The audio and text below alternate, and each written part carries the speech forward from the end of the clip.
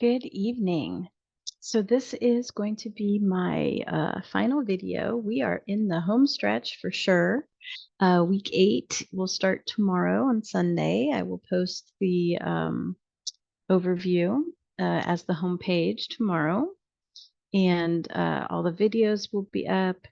And what I wanted to do in this video is to go over, tie up any loose ends, make sure everybody knows what they need to do to be successful in the course, that you know the expectations, all that kind of thing. So I'm going to go ahead and share my screen. There we go.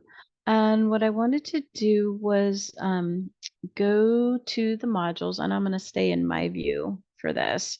And what I wanted to do was go over the points for the class, because I did make a slight miscalculation, but I think it's to your benefit. So I'm going to the liquid syllabus because I think this is the easiest place to go. I'm going to the information over here.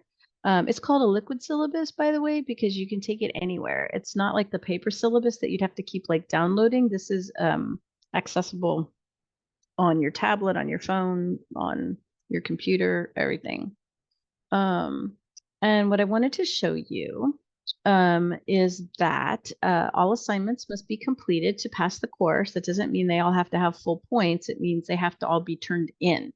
So if you are missing assignments, even back from weeks 2 or 3, please, please, please turn them in because you need to.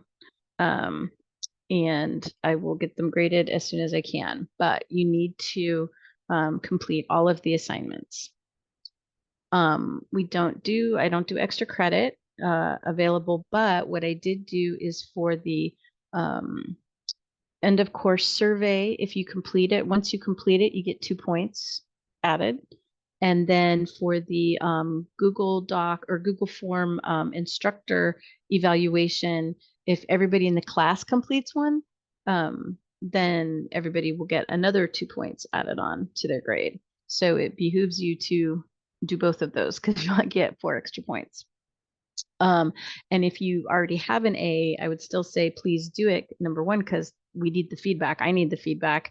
And 2, it will help out the rest of your classmates who may need those 4 points. And we don't round up or down. So I just wanted to go over that. What I did, I don't know how or why, but inevitably I do this all the time.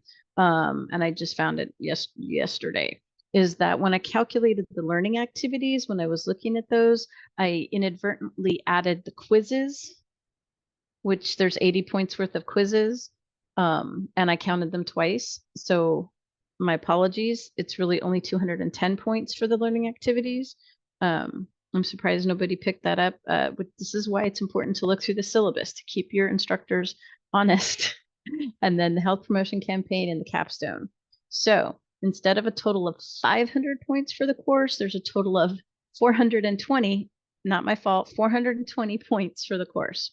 So what that means is if you do the math at 90, 80, 70%, to get an A in the class, you have to have at least 378 points.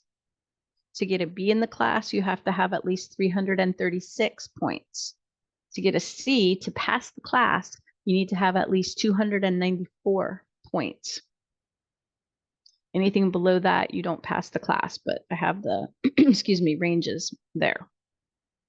So I just wanted to make sure that people understood that the class is a total of 420 points, and understand that of those 420 points, 130 of them, well, week 8, which is 10, 20, 30, so there's like 40. So you have like another 200 points due just in week 7 and 8.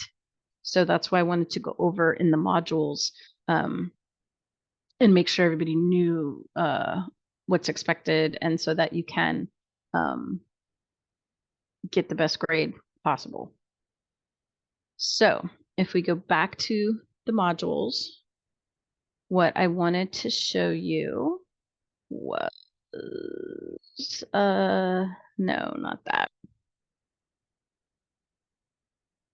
Let's go down to week 7, because you still have some of those assignments due. So for the adult learning theory free writing, students are doing a good job with that. Just follow the rubric, answer the questions in the rubric, and you will get your 10 points. People are doing a great job with that. I'm also putting together a Google Doc with everybody's tips and suggestions so that you all will have access to that and see if there's anything you can gain from that or learn from that. The watch party is not due yet. That's due next week. One person's turned it in already. They did, they used fried green tomatoes, and so that was good. Again, follow the rubric and you will earn the points.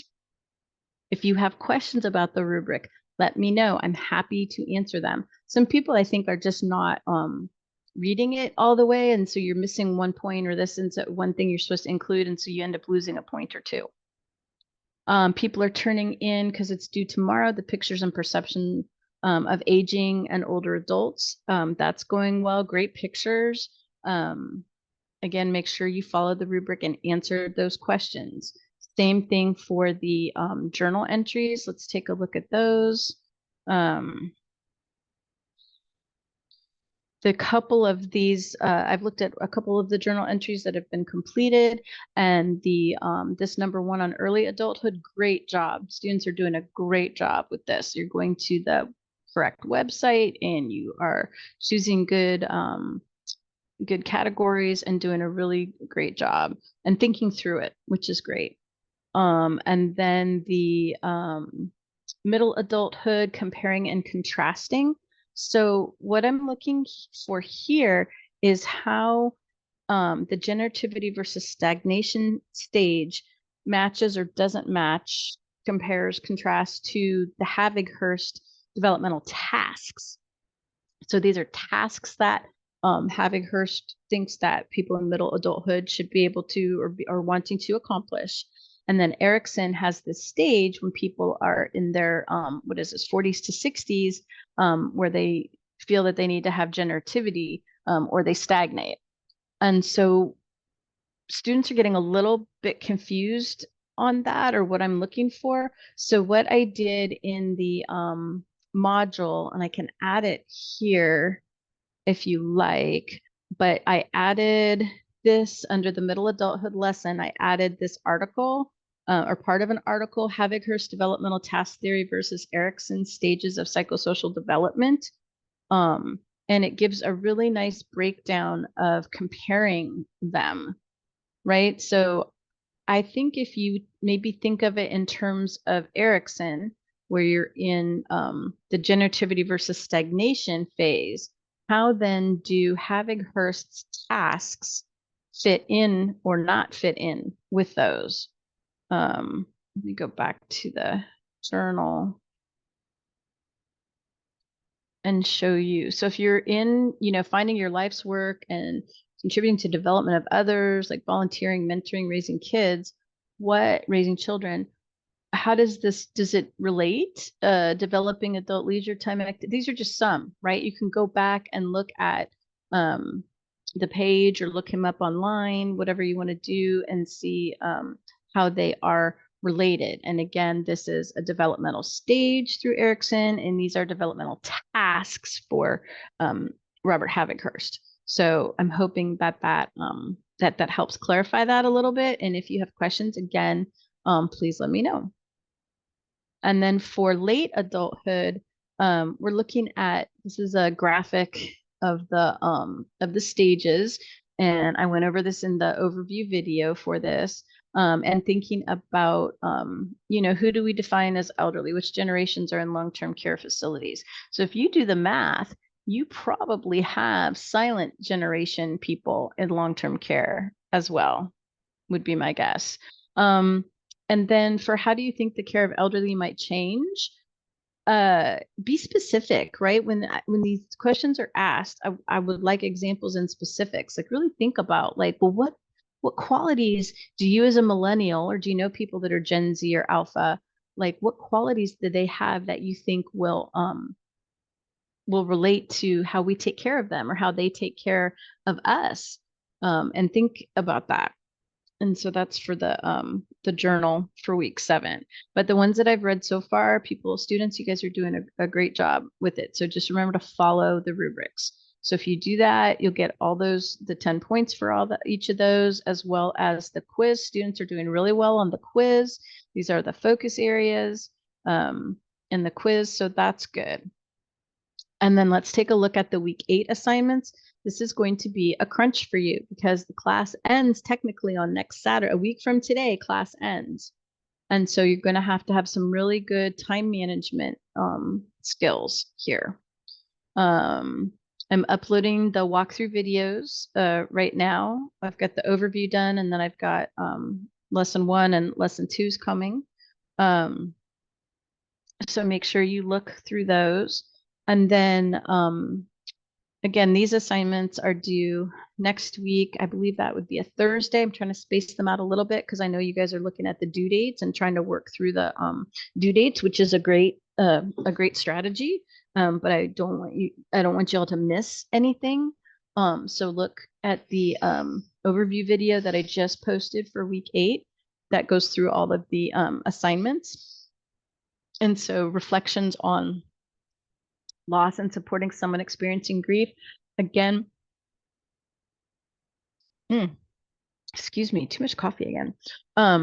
Look at the rubric, right? Follow the rubric. That's how the grade is done. I look at the rubric, did you include all the points in it? I try to give feedback.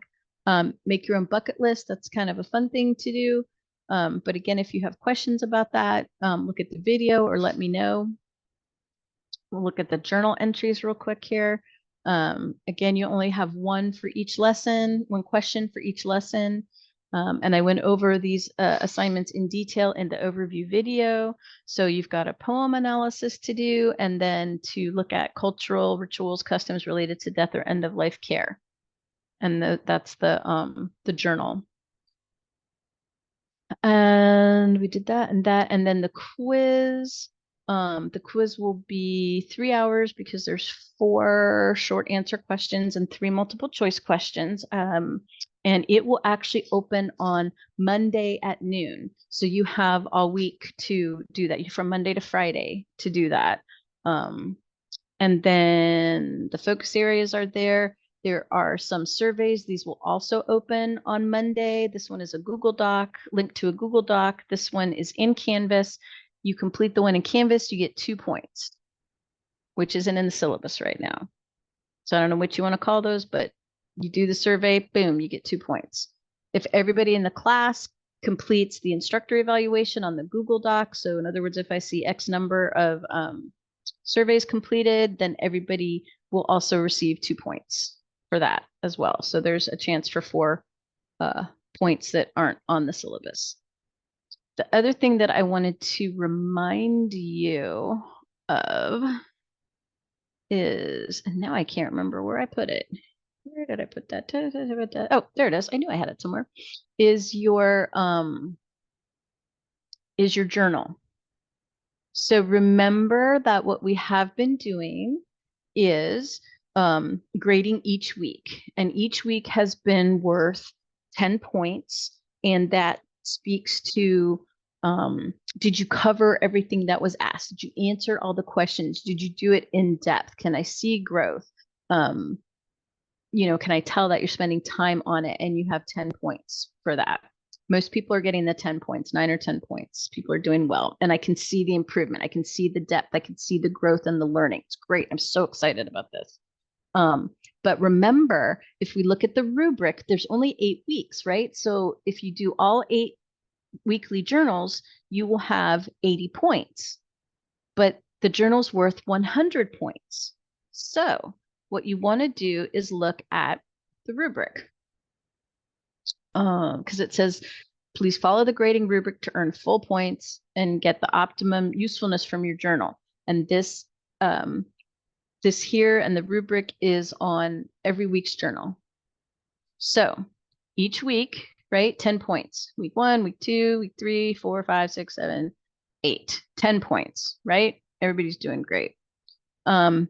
There's also a before and after course reflection. So if you remember, there was what were your expectations before the class? Some people answered it, some people didn't. And then there's also an end of journal reflection, end of course journal entry. And so you want to make sure that you answer that as well, because answering those two beginning and end reflections is worth 10 points. So if you do the end one and not the beginning one, that's 5 points. So if you want to get all your points, make sure that you've answered, because there was some confusion in the beginning about copying and pasting and all that. So go back, look at your journal, make sure that you've answered that that first question. And I would go back and look, but I don't think I have a blank one to look at the question. But I will add it to the week 8 journal. And then the other thing that's worth 10 points, and again, you've had this in front of you the whole time, but may have missed it. So this is why I want to go over it, is that the journal is written professionally, which most of you are doing, includes images or links or other added content to personalize the journal, so that you can use it as a resource for growth and development. So I have several students that are including pictures, graphics, even if they're not pictures that have to do with the content, but they kind of do. That's great. That's personalizing your journal. So what I would say is not to panic. Most of you will have 80 or 90 points regardless. So I would save the overall presentation of the journal, unless you want to do it with your week 8 entries, to go back and add a couple of pictures. Some students are really using it as a study guide. So they're adding more information into it, which is what you were encouraged to do from the beginning. But, if you don't have pictures, or, they're sparse, there's just a couple here and there, you still get 5 points. So you still potentially could get 95 points. So I just want to be clear that you're clear that you look at this, and make sure, I think the easiest thing, make sure you do the beginning and ending reflection for sure. And then if you have time, go back and add some pictures or links or something that makes it a journal that you can go back and use as a study guide. So that's the journal. And then I wanted to review the health promotion campaign, because that one is actually due on, what would we say, Monday? What's today? 27th? On Monday. Because I wanted to give you the weekend. If people had questions about it, I'm available. And so if you notice, you may or may not have noticed, but in the journals, there have been questions about health promotion activities for certain ages, or even looking at the U.S. Preventive Task Force Services Task Force, looking at those screenings, right? Those are all activities that you could say, oh, hey, there's an age group I could do for my health campaign. So that's why those have been put in there to kind of get you thinking about, hey, what could I do for my health promotion campaign? So it gives you the instructions, like what is your target population, what's a relevant health issue. And again, I went over this in the overview video. I think week 7's overview video, actually.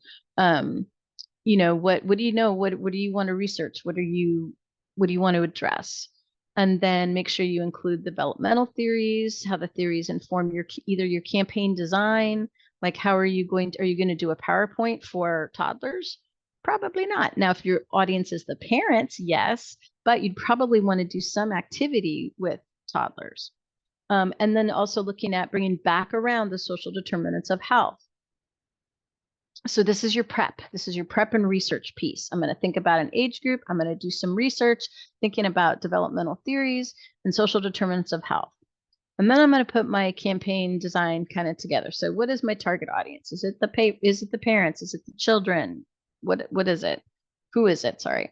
And then what are the goals and objectives? What do you want your your audience to learn. So it's just like this class, right? There's course objectives and then there's weekly objectives. So what is it? Two things maybe that you want people to know. There was a question for adolescents. What would students do? What age range and what would you do? And many students did sexually transmitted diseases, contraception, and then a lot of other students chose mental health. So those are two perfect things to do for your health promotion campaign.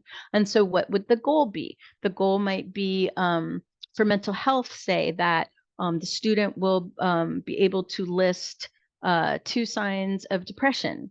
Will be able to state or contact 2 mental health resources in their community, something like that. Like those would be goals. Or be able to list sexually transmitted diseases, or different describe different contraceptive methods, or describe, educate someone on how to put on a condom, something like that, right? Those would be goals and objectives. And then what are your strategy and tactics? What are you going to use? Are you going to go into the school and do a presentation? Are you going to put something on Facebook, social media? What do they do? Snapchat, Reddit, I don't know, different, whatever people are using these days. Instagram, everybody does Instagram. You could do Instagram. These are all your options of things that places you could go based on what your health promotion project is. Somebody looked at hypertension for the early adult health screenings. Perfect. You could do that at a health fair, or you could partner with a local hospital or something. You could put out brochures, posters, something about that. And then so what tactics are you going to use, right? So are you going to, what's your tactic? What are you going to do? I'm going to contact the hospital. I'm going to contact this person, this business, whatever. And then create examples of campaign materials. So for example, if you're going to do a PowerPoint, then you could do that. But you can just do like what social media post. If you're going to post on Instagram about hypertension or sexually transmitted diseases or teenage mental health, self-care, mental health, what is that going to look like, right? Like put it together. Or if you want to do an ad, right? You could do that, and write a script for it, or do a little video like this for it, or if you need any resources. And then how are you going to implement it? So a timeline, the roles and responsibilities of team members. If it's just you, then it's just you. That's fine. So, and then you're going to create the presentation. So that is going to summarize prepare presentation summarizing your health promotion campaign. Key section, sample materials. This is what you'd present to your target audience. It'd be a slideshow, pamphlet, blog, whatever. So here's what you turn in. I usually will tell you what you need to turn in. So you want to, in a some kind of document, essay, bullet points, document something, detail your health promotion campaign. So that's all this 1 through 9. Go through all these things 1 through 9. Hopefully not more than 10 pages. It can be a detailed written summary, it can be a paper, and include a reference page for where you got your information. You could do it MLA or APA. And then you should have at least one sample material. So it can be a picture, recording, whatever it is that you want to put together. And then you want a PowerPoint, Prezi, Google Slides of your campaign. That's number 10. Create the presentation. No more than 10 slides, hopefully, including a title slide. It's not a summary of your campaign plan paper. This is the presentation you would give. So it may only be a couple slides because maybe you're going to do a social media campaign. And so then the PowerPoint's going to be, this is Instagram. This is what I would do. This week I would post this. This week I would post that, that kind of thing. And then if you wanted to earn additional points, you could include evaluation methods to ensure that your campaign was to measure the effectiveness. So what would be the criteria and how you would evaluate? So For example, if we said in our goals that we wanted the person to be able to state to be able to contact two mental health resources in their community, how would you evaluate that they were able to do that? How would you know that that goal had been met? And so then discuss how you would use that evaluation information to improve future campaigns. So if your criteria for evaluating was to text them or do callbacks or something, and then have them tell you how they contacted resources or send out a survey or something, then how would you, if the survey came back that everybody was able to contact two resources, what would you do in a future campaign? How's that going to help you? Or if like nobody was able to contact resources, what would that help you do? How would that help you? Sorry, in the future, if you had to do this again, would you pick a different topic, the same topic, and just change this or that? And then these are different examples for all the different age groups, right? You don't have to choose these, you could choose something else, but these are just ideas and a reminder of your social determinants of health. So go to the rubric, always go to the rubric. So selection of the developmental stage population, right? I'm choosing toddlers and parents are the target audience. Don't worry, this is one we track. Research and background. So this would probably be your reference page or somewhere way that I can tell that you looked up information as you were researching which topic you wanted to address.